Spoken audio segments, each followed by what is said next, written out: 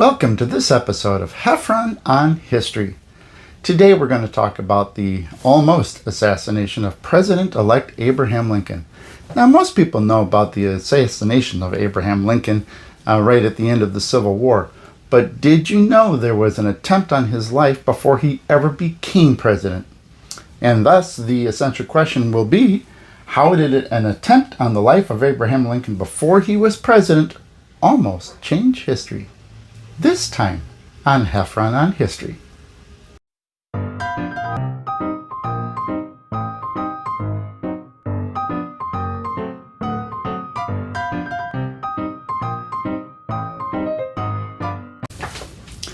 You should take out a spirally notebook, turn to a shiny new page in your spirally notebook, get a writing utensil, and you should write this down. You should draw this pretty picture. Now, this is a map of the United States. This is the good old United States. This is the Great Lakes up here. Florida's down here, Louisiana, Texas. But this is a time in February of 1861 when there's a lot of turmoil in the United States because a bunch of the southern states have seceded from the Union and created the Confederate States of America. So in this part of the world, we are not very happy right now, especially with the incoming president, Abraham Lincoln. So in February, Abe Lincoln, who lives in Springfield, Illinois, is going to go on a train ride. He's going to go to Washington, D.C. to become inaugurated president and start his journey as president of the United States. He's going to go on a whistle-stop tour, right? He's going to stop at a bunch of different places from Indianapolis to Cleveland to Albany, New York, to Buffalo, New York, to New York City, to Philadelphia, through Baltimore, and he's going to eventually arrive in Washington, D.C. Now, on this journey, think of it as a victory lap, I guess, if you want to think of it that way. He won the presidency, so he wants to take a ride through the northern states where he won decidedly the presidency, and he wants to stop and talk to the people that elected him.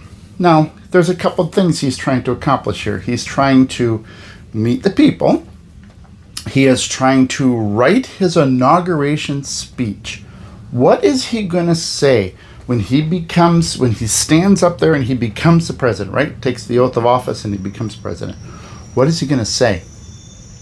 He is going to write his inaugural speech over and over and over again. And then he's going to practice pieces of it at these stops along the way and kind of judge the reaction from the crowd, right? So this is the purpose. This is going to take about a week to get there.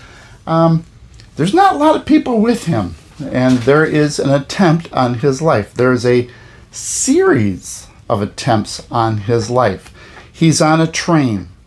And so, as he's traveling, when he gets to about Baltimore, that's when all the plots are going to kind of congeal, right? There's attempts to blow up railroad bridges. There's attempts to capture him. There's attempts to assassinate him. What you have to understand here is these are not... We think of railroads today as they just go everywhere and you can just jump on a train and go anywhere. That's not the case back in the day. Different companies owned different railroads and they didn't match up. There may be different sized tracks, there may be different sized trains, and the tracks don't match up. So you have to literally get off of a train in Baltimore and change trains. You have to go to the other railroad company's train to continue on your journey. So it is at these times and places that these assassination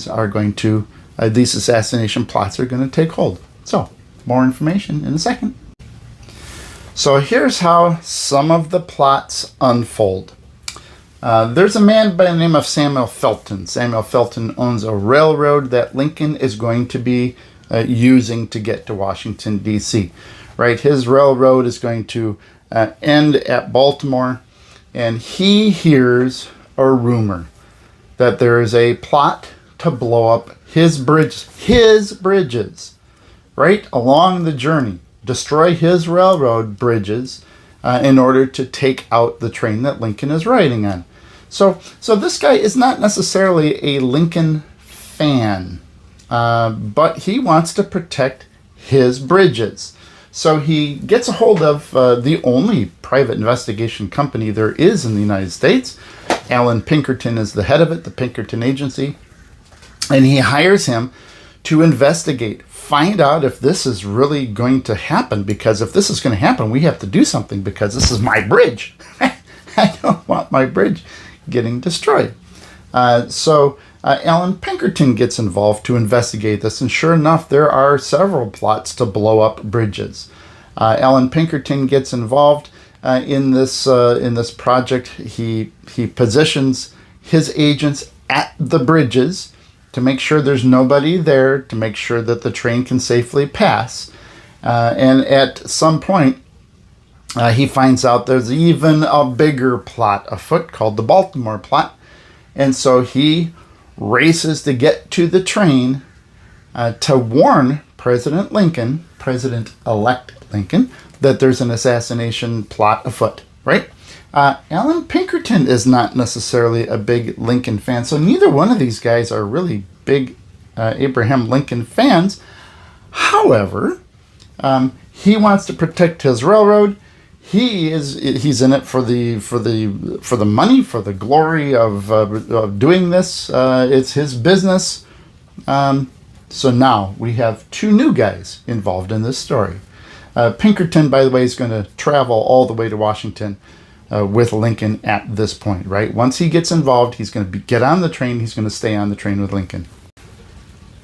So on this train that Abraham Lincoln is riding, one might think in today's world that there would be a big Secret Service organization protecting the president, because today, if he was traveling something like this, there'd be all kinds of police cars escorting the president and Secret Service agents everywhere. But that is not the case in 1861.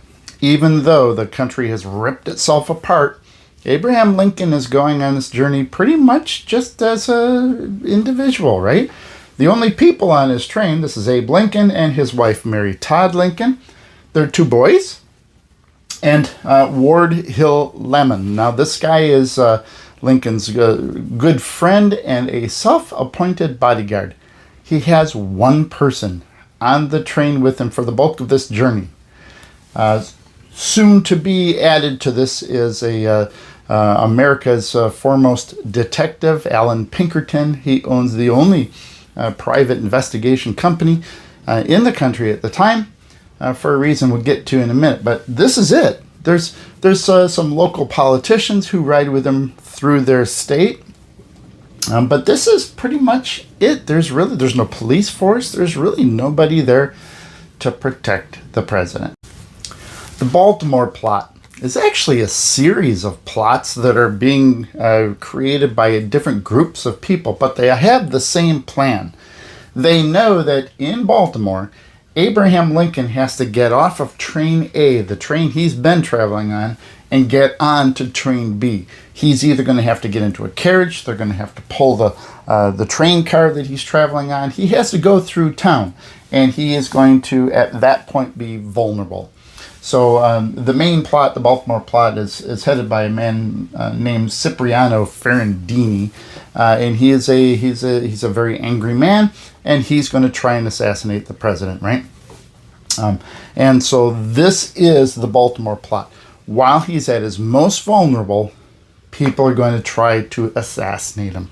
Again, there's several different plots involved here. There's several different groups that are going to try to do the same thing at different places along the journey, in different places during this switch, but this is the main concept.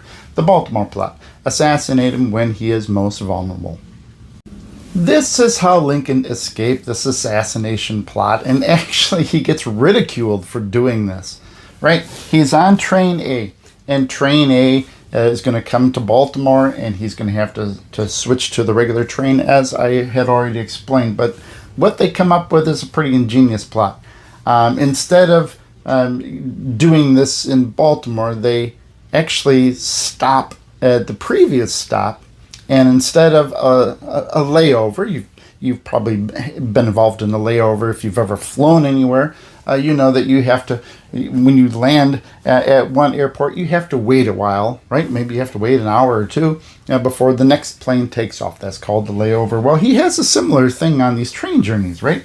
So he simply gets on an earlier train and he goes to Washington. He puts on a disguise, not much of a disguise. I mean, he's Abe Lincoln. He looks like Abe Lincoln, right? But they put him into a disguise and they put him on an earlier train.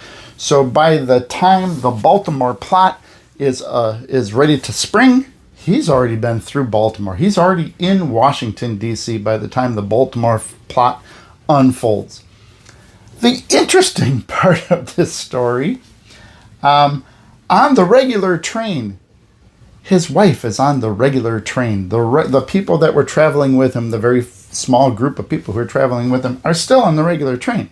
So they still have to get off the train. They get in. They have to walk to the news station. They have to take a carriage ride to the news station. The plotters are there. They're ready to spring the trap, but Abe Lincoln's not around. So the interesting little caveat to this is he still puts his wife in danger. Until next time. Heffron on History.